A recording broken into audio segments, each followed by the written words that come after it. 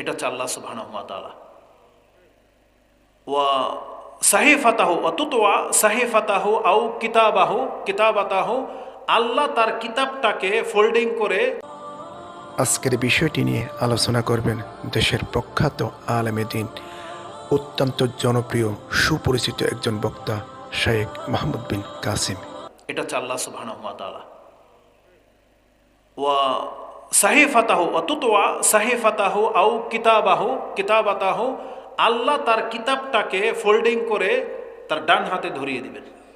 অথচ এটার মধ্যে পাপ লেখা ছিল, কিন্তু সেই পাপগুলোকে কেটে দিয়ে আল্লাহ সব নেকি দিয়ে রূপান্তরিত করে দিয়ে তার ডান হাতে ধরিয়ে দিবেন।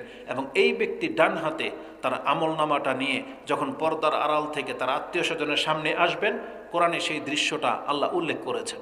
সেই ব্যক্তি বলবে, হাউমু করাউ কিতাবিয়া ইন্নী যানানতু আন্নী মুলাকিন হিসাবিয়া ফাহুয়া ফি ঈশাতির রাদিয়া ফি জান্নাতিন আলিয়া ইলা আখিরিল আয়াত।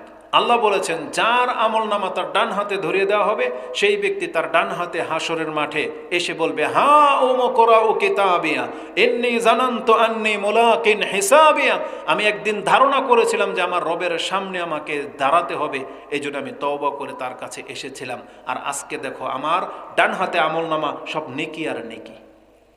ফাহুয়া ফি ঈশাতির রাদিয়া, আল্লাহ বলছেন তাকে একটা উত্তম জীবন দিয়ে দেওয়া হবে। সেই জীবনটা কি? জান্নাতুন আলিয়া, সুউচ্চ জান্নাতের মালিক তাকে করে দেওয়া হবে। তাহলে তওবা করি আমাদেরকে মরতে হবে। সেটা আপনি আজকে করেন আর কালকে করেন, তবে এমন যেন না হয় আপনি হয়তো সিদ্ধান্ত নিয়ে রেখেছেন যে আপনিও তওবা করবেন।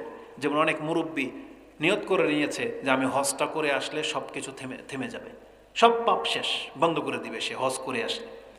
আপনার গ্যারান্টি নেই যে আপনি হজ করে আবার ফিরতে পারবেন বা হজ করতে পারবেন বা আপনার তওবার সে সুযোগ আসবে, কোনো গ্যারান্টি নেই। এটার বাস্তবতা কি জানেন? রাসূল যে বলেছে যার শেষ কালেমা হবে লা ইলাহা ইল্লাল্লাহ দাখালাল জান্নাহ, আমি শুধু মুরব্বীদের কাছ থেকে এবং আপনাদের কাছ থেকে একটা ওয়েটনেস চাচ্ছি, একটা সাক্ষী চাচ্ছি।